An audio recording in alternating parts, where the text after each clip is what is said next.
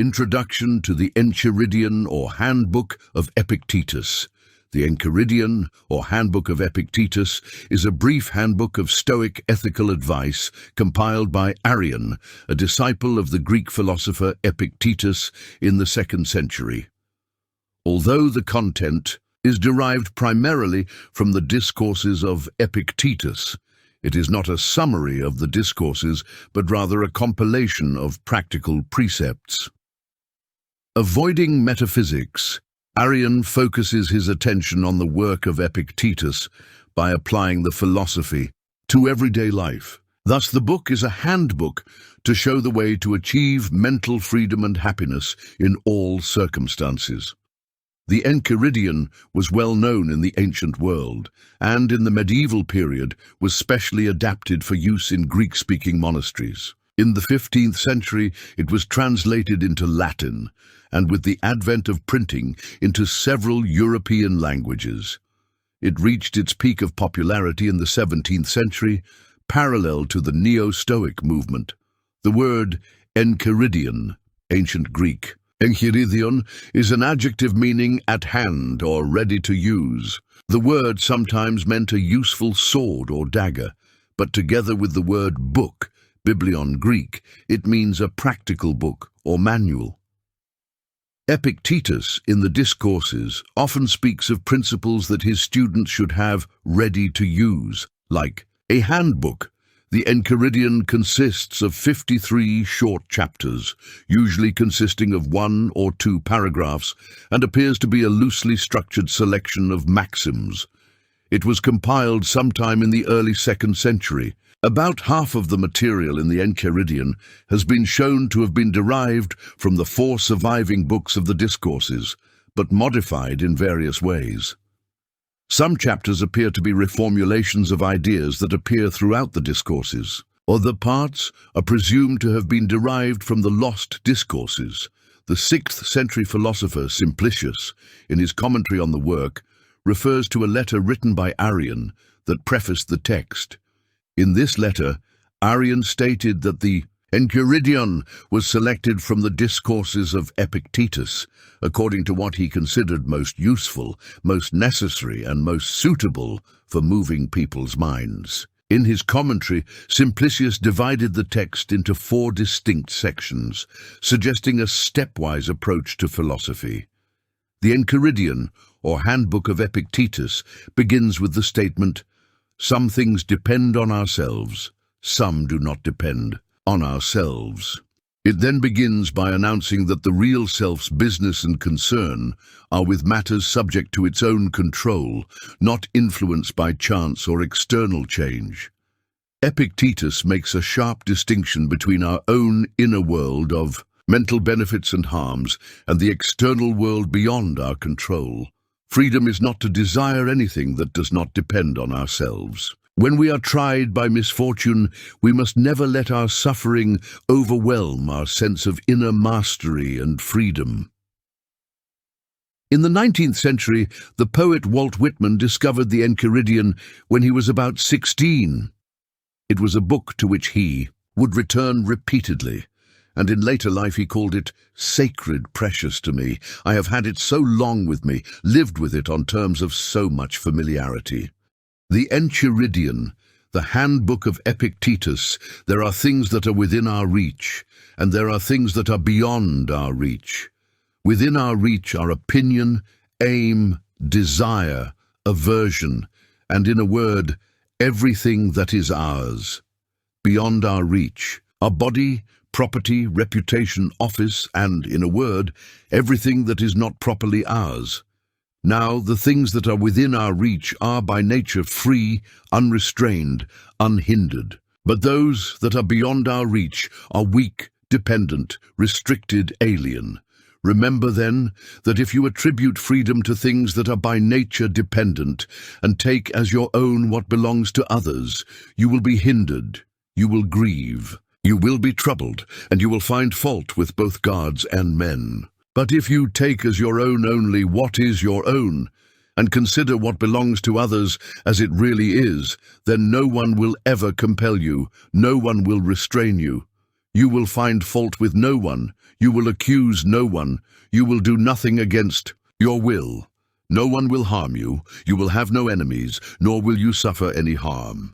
In aiming, therefore, at such great achievements, remember that you must not allow yourself any inclination, however slight, to attain the others, but that you must abandon some of them altogether, and for the present defer the rest.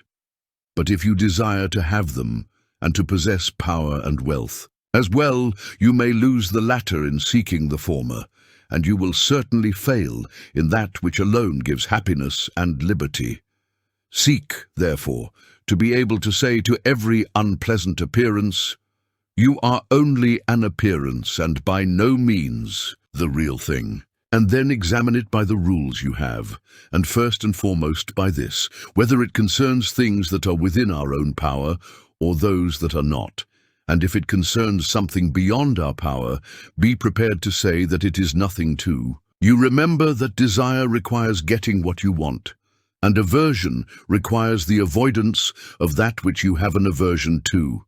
That he who fails to attain the object of his desires is disappointed, and he who incurs the object of his aversion becomes miserable. If then you avoid only those undesirable things which you can control, you will never incur anything which you avoid. But if you avoid disease, death, or poverty, you will risk misery. Remove the habit of aversion, then, from all things that are not within our reach, and apply it to the undesirable things that are within our reach. But for now, completely restrain the desire. For if you desire any of the things which are not within our reach, you must necessarily be disappointed. And you are not yet sure of those which are within our reach, and are therefore legitimate objects of desire. Where it is practically necessary for you to seek or avoid something, do so with discretion, kindness, and moderation. In regard to any objects that delight the mind, contribute to use, or are tenderly loved, remember what their nature is, beginning with the smallest trifles. If you have a favorite cup, let it be only a cup that you like, for if it is broken, you can bear it. If you embrace your son or your wife, let you embrace a mortal, and if either of them dies, you can bear it. In performing any action, remember the nature of the action. If you are going to bathe, imagine the usual incidents in bathing. Some people pouring water, some pushing, some scolding, some stealing. And thus you will perform that action more surely if you say to yourself, "Now I will bathe and keep my will in harmony with nature." And the same holds good of all other actions. For if any hindrance arises in your bathing, you can say, "It was not merely to bathe that I desired, but to keep my will in harmony with nature. And I shall not keep it so if I am in a bad temper about the things that happen." Men are not disturbed by things, but by the opinions they have about them. Thus death is not at all terrible, otherwise it would have seemed so to Socrates. But the terror consists in our notion of death, that it is terrible. When therefore we are hindered, disturbed, or afflicted, let us never attribute it to others, but to ourselves, that is, to our own opinions. It is proper for an unlearned person to blame others for their own misfortunes, for one who is beginning to learn to blame himself, and for one who is perfectly learned to blame neither others nor himself.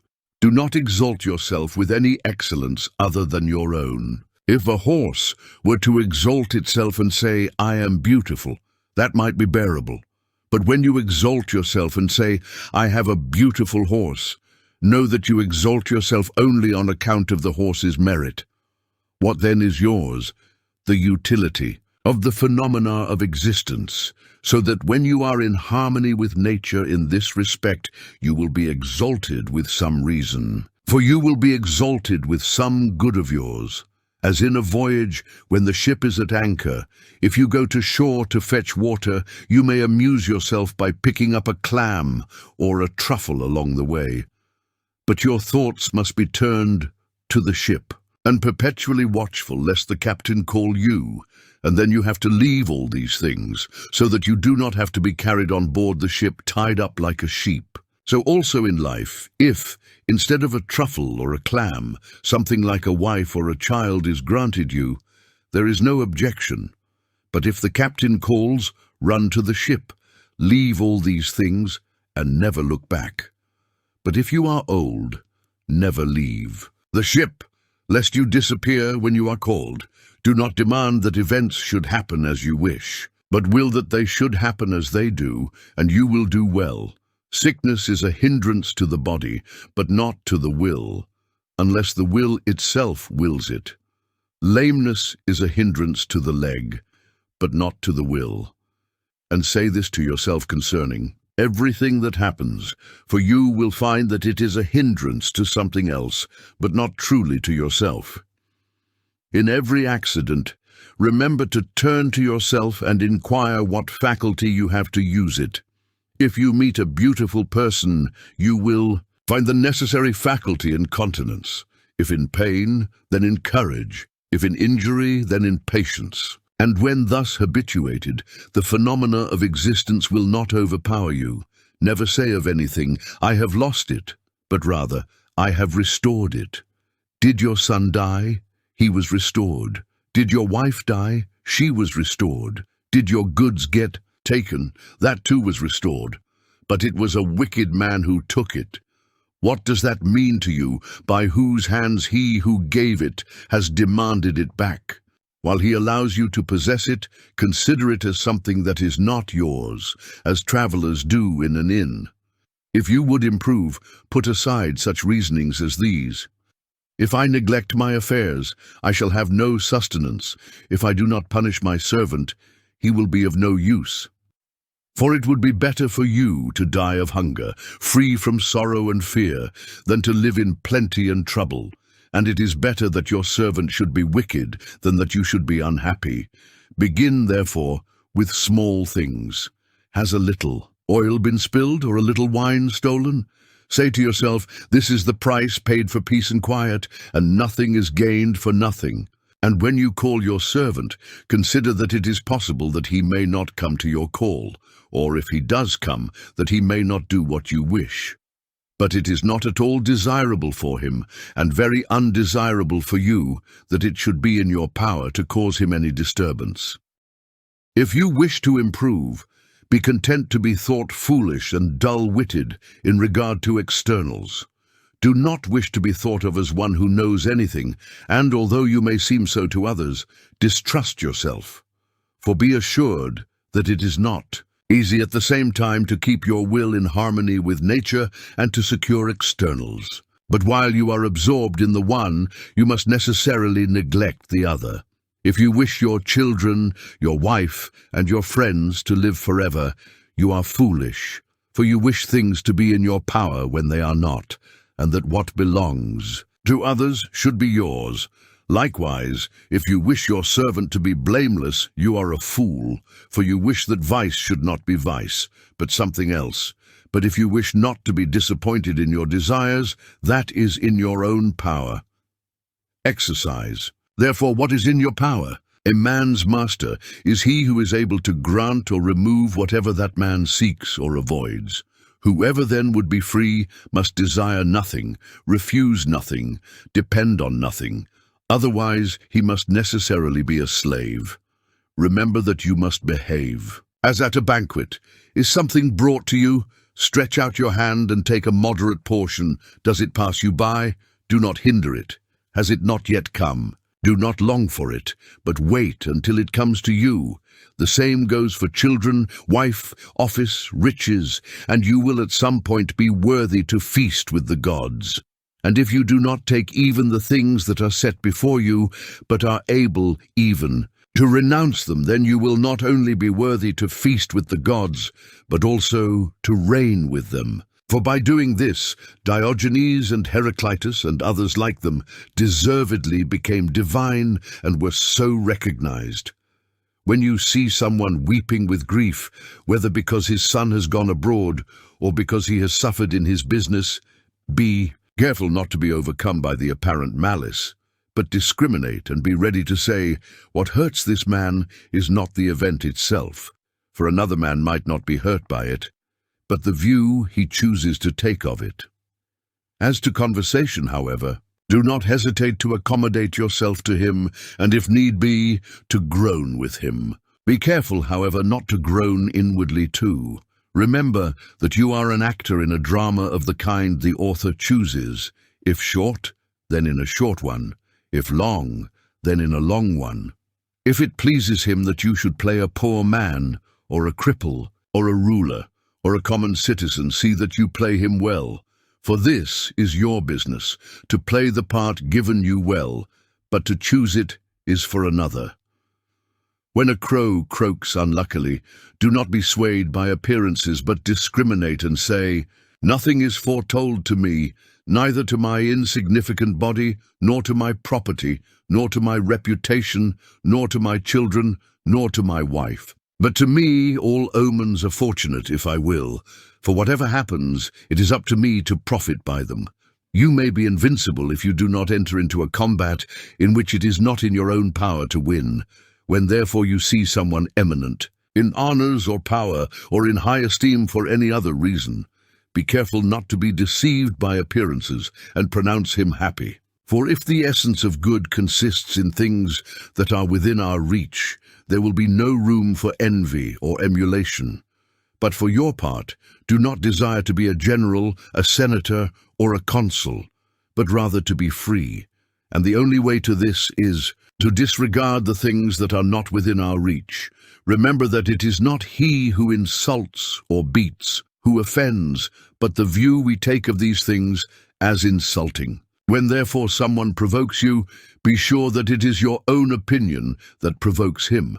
Therefore, try first of all not to be confused by appearances, for if you gain time and respite, you will more easily control yourself. Let death, exile, and all other things that seem terrible be daily before your eyes, but especially death. And you will never again entertain a base thought, nor covet anything too greedily. If you have a sincere desire for philosophy, prepare yourself from the beginning for the multitude to laugh and mock, saying, "He has returned to us a philosopher at once. And whence comes this arrogant look? Now for your part, do not look haughty, but hold fast to that which seems best to you, as one appointed by God for this particular position. For remember that if you are persistent, those very people who at first ridiculed you will afterwards admire you. But if you are won over by them, you will incur double ridicule. If by chance you turn your attention to external things, to the pleasure of someone, be sure that you have ruined your plan of life. Content yourself then in everything with being a philosopher, and if you wish to appear so to someone, appear so to yourself, and that will be enough for you. Do not be distressed by such considerations as these. I shall live in disrepute, and shall be no one anywhere. For if disrepute be an evil, you cannot involve yourself in evil through another, nor in baseness. Is it your business, then, to obtain power, or to be admitted to entertainment? By no means. How, then, is this disrepute? And how is it true that you will be no one anywhere, when you ought to be someone only in those things which are within your reach, in which you can be of the greatest importance? But my friends will be left without help. What do you mean by without help? They will not receive money from you, nor will you make them Roman citizens. Who told you, then, that these things are among those which are within our reach, and not rather the affairs of others? And who can give to another the things which he himself does not have? Well, but take them, that we also may have a share. If I can obtain them by preserving my own honor, fidelity, and self-respect, show me the way, and I will obtain them. But if you require me to lose my own good, that you may gain what is not good, consider how unreasonable and foolish you are. Besides, which would you rather have, a sum of money or a faithful and honorable friend? Rather help me to gain this character than require me to do things by which I may lose it. Well, but my country, you say, as far as it depends on me, will be destitute. Here again, what assistance do you mean? Will it have neither porticos nor baths from your provision? And what does this mean? Why, neither a smith furnishes you with shoes, nor a shoemaker furnishes you with weapons. It is enough for each to fully discharge his own business. And if you were to furnish him with another faithful and honorable citizen, would he not be useful to you? Yes. Therefore neither are you yourself useless to him. What place, then, you say, should I occupy in the state? Any you may occupy, preserving your fidelity and honor.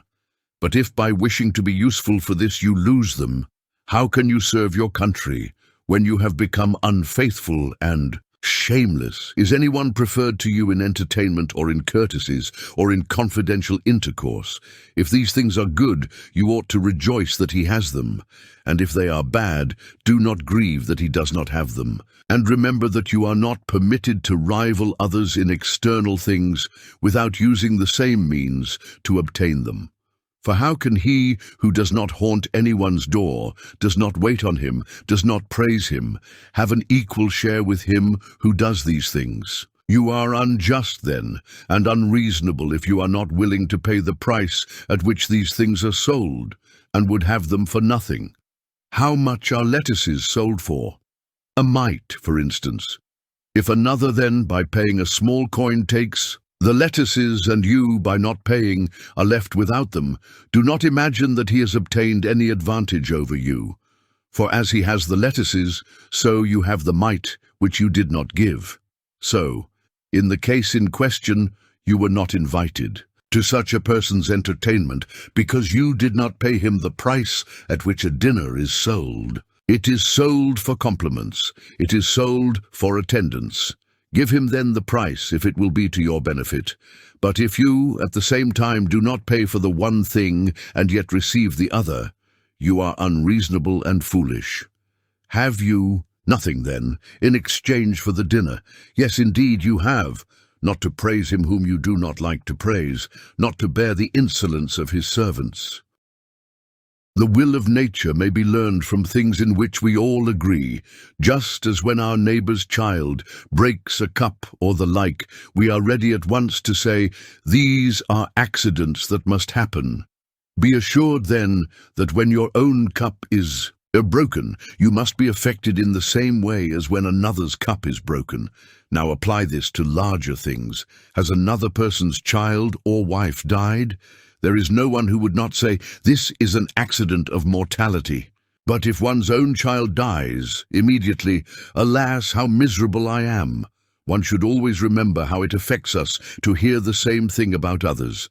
Just as a target is not raised for the purpose of missing the mark, so the nature of evil does not exist in the world. If a person were to give his body to a passer-by, you would certainly be angry. And are you not ashamed to give up your own mind to any injurer, to be confounded and disconcerted? In every business, consider what precedes and what follows, and then undertake it.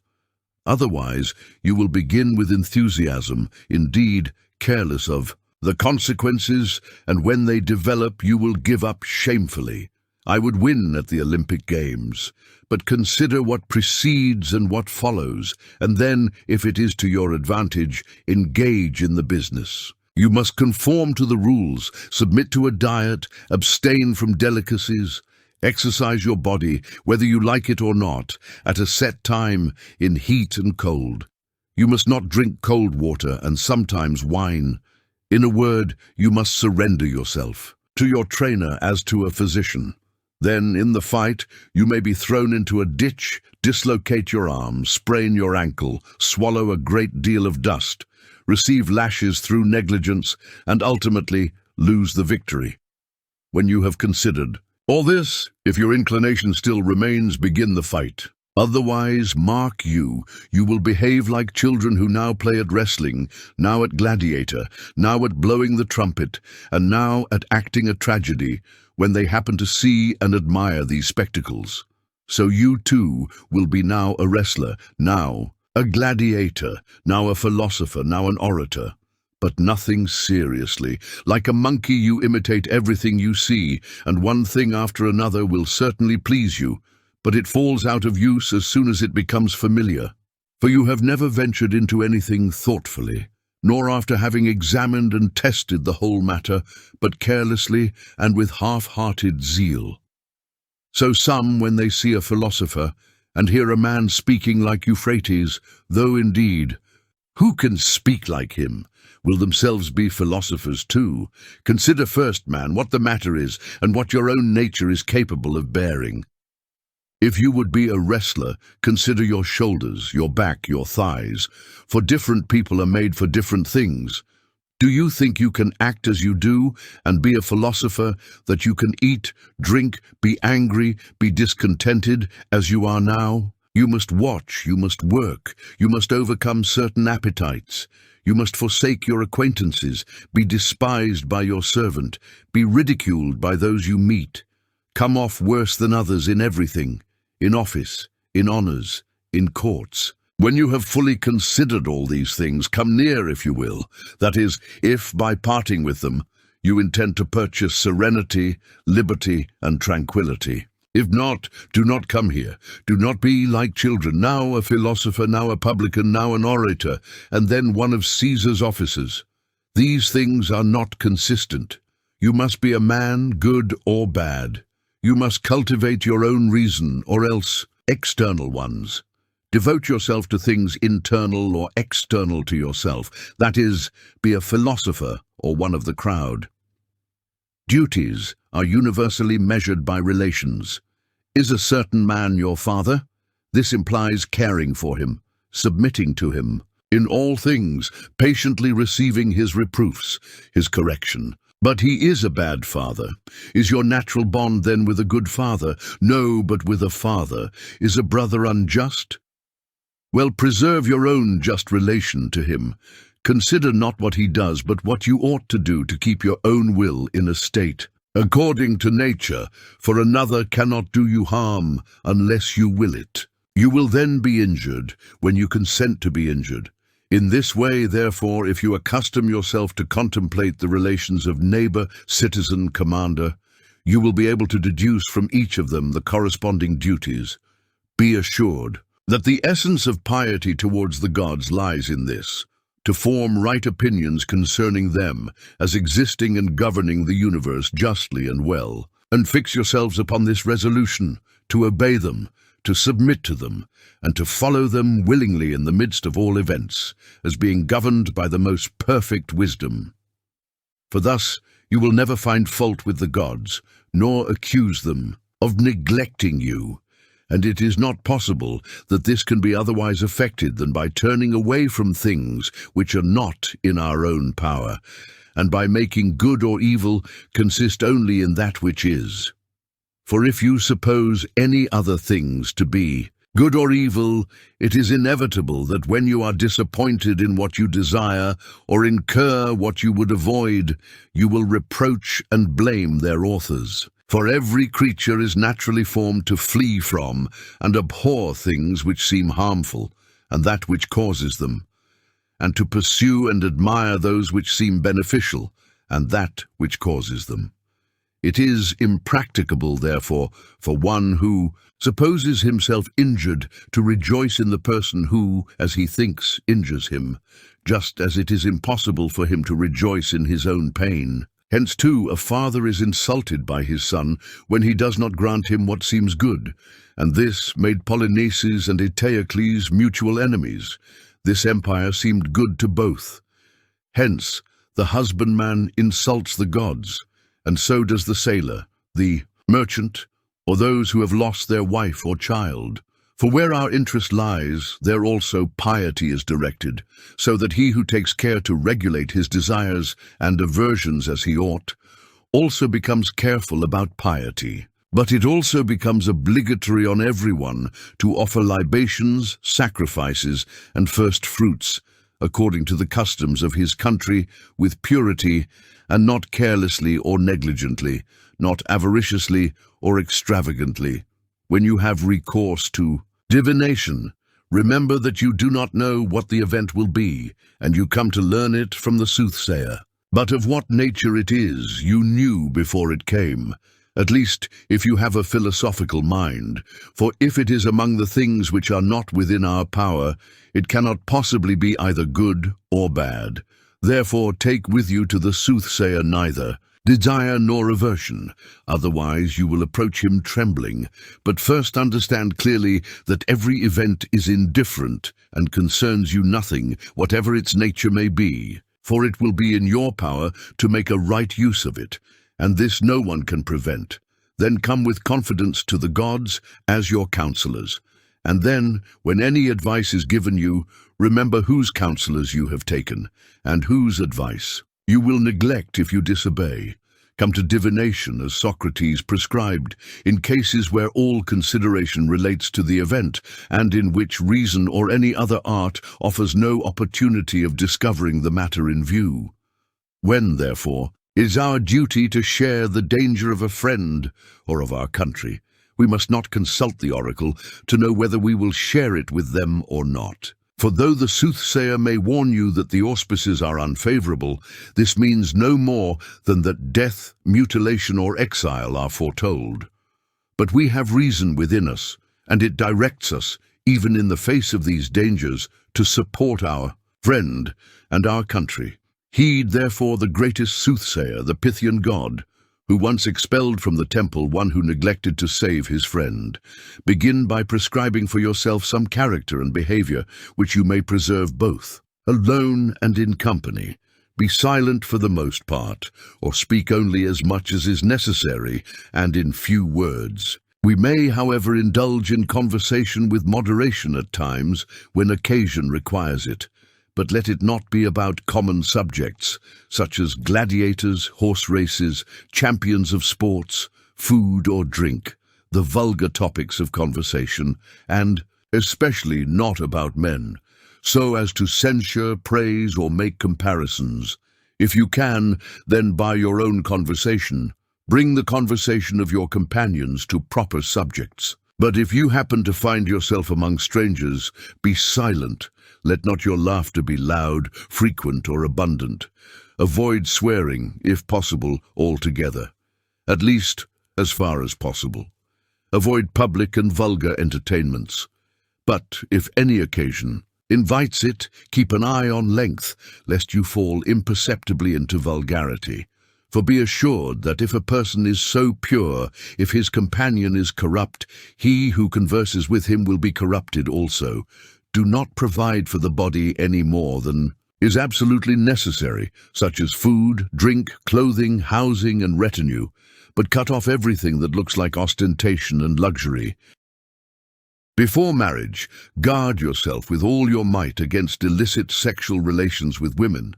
Yet do not be insensitive or harsh to those who are led into it, nor often boast that you yourself do the opposite. If anyone tells you that a certain person speaks ill of you, do not make excuses for what they say about you, but reply, "He was ignorant of my other defects, or he would not have mentioned only these." It is not necessary that you should appear often in public spectacles, but if there is a suitable occasion for being there, show no concern for anyone but yourself, that is, desire that things should be just as they are, and that only the best should win. For then nothing will turn against you, but abstain entirely from acclaim, jeers, and violent emotions.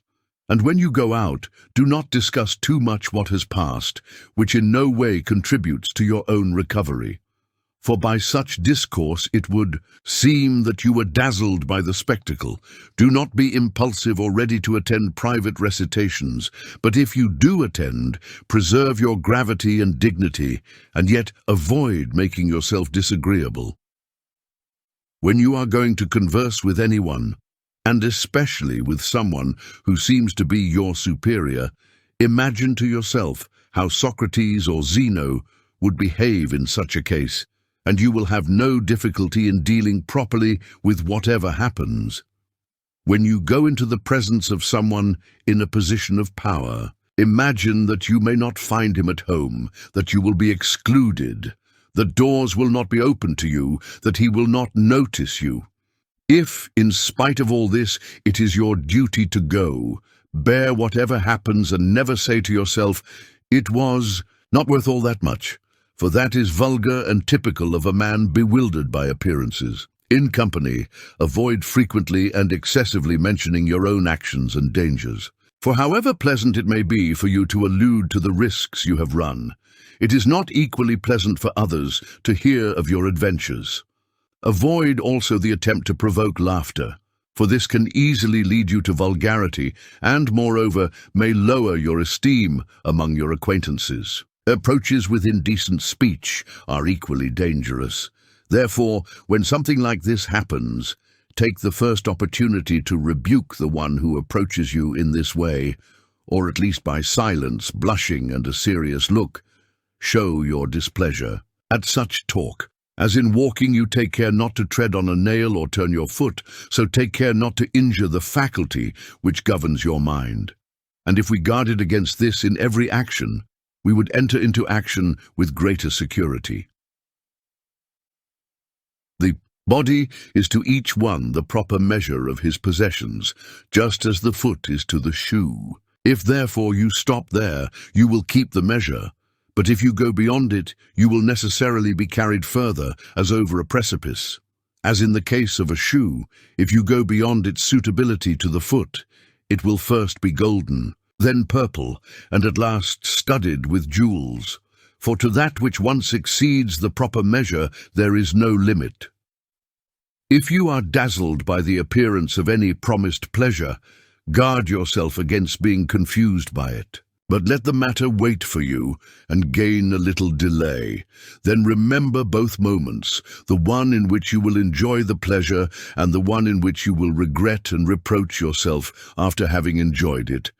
And imagine, in opposition to them, how you will rejoice and applaud yourself if you abstain. And even if it seems to you a timely gratification, take care that its temptations, allurements do not overwhelm you, but oppose it with how much better it is to be conscious of having gained so great a victory. When you do anything, from a clear judgment that it ought to be done, never hesitate to be seen doing it, even if the world does not understand. For if you are not acting rightly, refrain from the action itself. If so, why fear those who censure you unjustly, as the proposition, "it is either day or night," has much force in a disjunctive argument, but none in a conjunctive. So, at a banquet, to choose the larger portion is very suitable to the bodily appetite, but entirely inconsistent with the social spirit of the entertainment. Remember then, when eating with another, not only the value to the body of the things that are set before you, but also the value of due courtesy to your host. If you have assumed any character beyond your strength, you have greatly debased yourself in it and abandoned a character which you might have supported.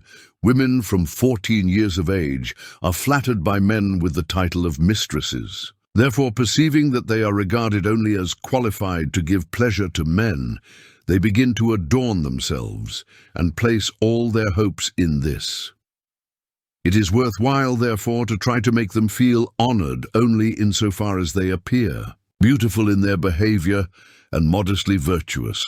It is a sign of lack of intellect to devote too much time to things relating to the body, as well as to be immoderate in exercise, in eating and drinking, and in the performance of other animal functions. These things should be done incidentally and our main strength applied to reason.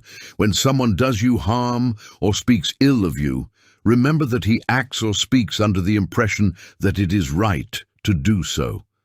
Now it is not possible for him to follow what seems right to you, but only what seems right to him.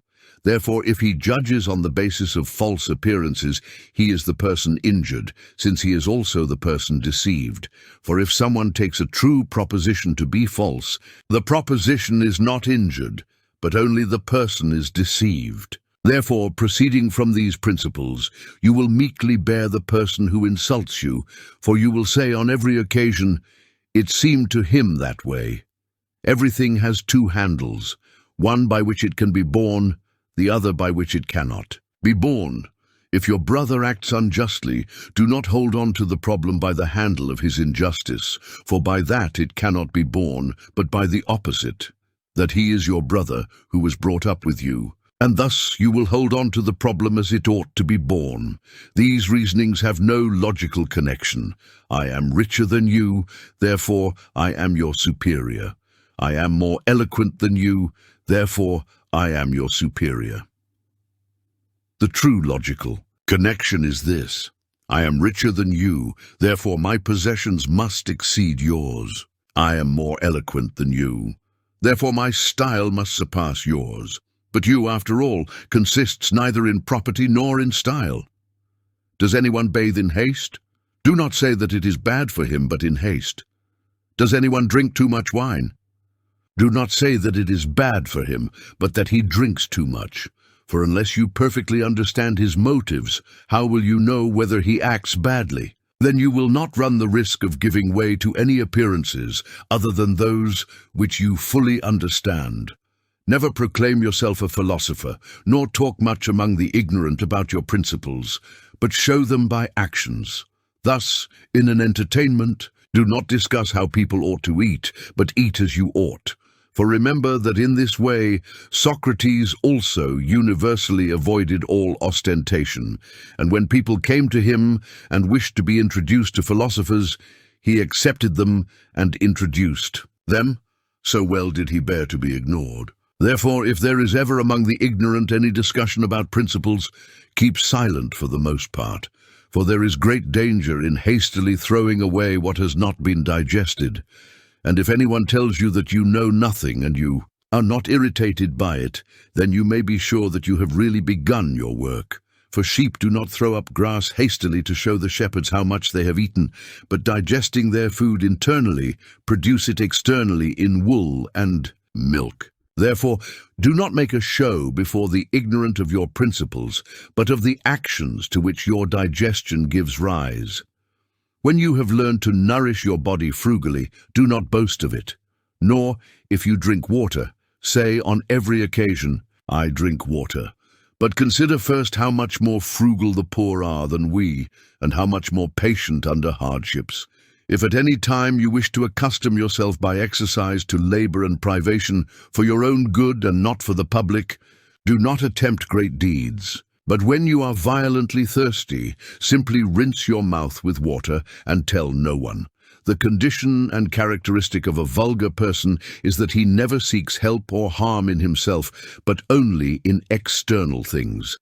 The condition and characteristic of a philosopher is that he seeks all help or harm in himself.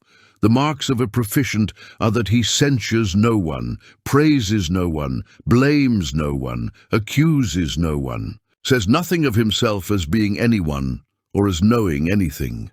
When he is, in any case, hindered or restrained, he accuses himself, and if he is praised, he smiles to himself at the person who praises him, and if he is censured, he does not defend himself. But he walks with the caution of a convalescent, wary of interfering with anything that is going well, but not yet quite safe.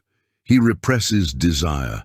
He transfers his aversion only to those things which hinder the proper use of our own will. He employs his energies moderately in all directions. If he seems stupid or ignorant, he does not care, and, in a word, he keeps himself vigilant, as if he were watching for an enemy and someone in ambush. When anyone is conceited about being able to understand and interpret the works of Chrysippus, let him say to himself, unless Chrysippus had written obscurely, he would have nothing to boast of. But what do I desire? To understand nature and follow it?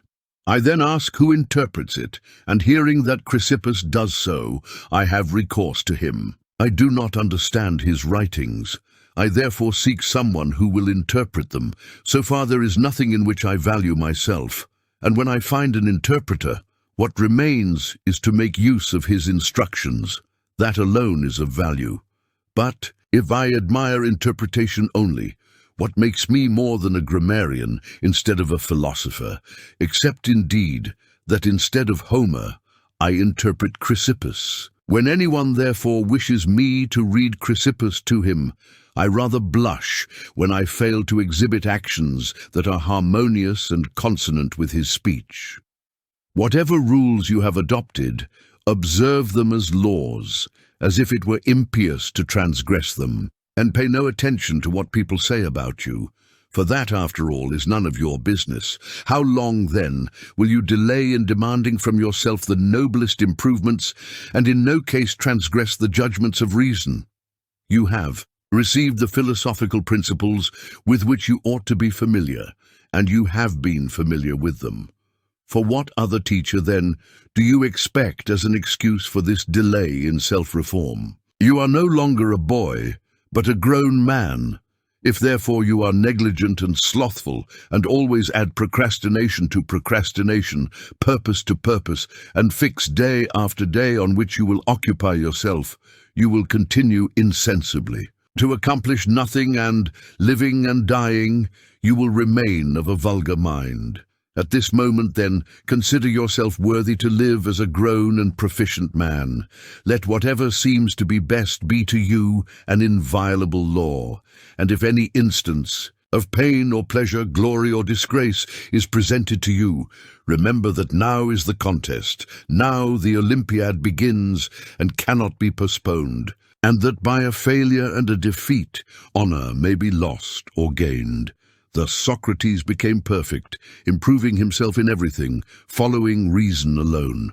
And though you are not yet a Socrates, you must nevertheless live as one who seeks to be a Socrates. The first and most necessary topic in philosophy is the practical application of principles, such as, we ought not to lie. The second is that of demonstrations, such as, why we ought not to lie. The third, which gives force and logical connection to the other two, such as, why this is a demonstration. For what is a demonstration? What is a consequence? What is a contradiction? What is truth? What is falsehood? The third point is then necessary on account of the second, and the second on account of the first. But the most necessary, and that on which we ought to base ourselves, is the first. But we do just the opposite. For we devote all our time to the third point, and employ all our diligence in it, and entirely neglect the first.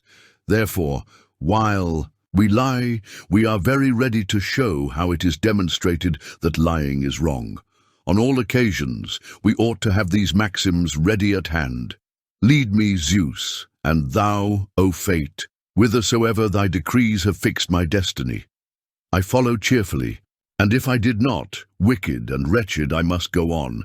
He who rightly surrenders to fate is considered wise among men, and knows the laws of heaven. And this third, O Crito, if it pleases the gods, so be it. Anytus and Meletus may indeed kill me, but they cannot hurt me.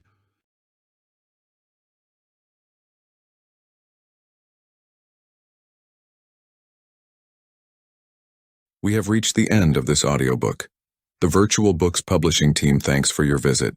If you liked our channel, please subscribe and share. Thank you.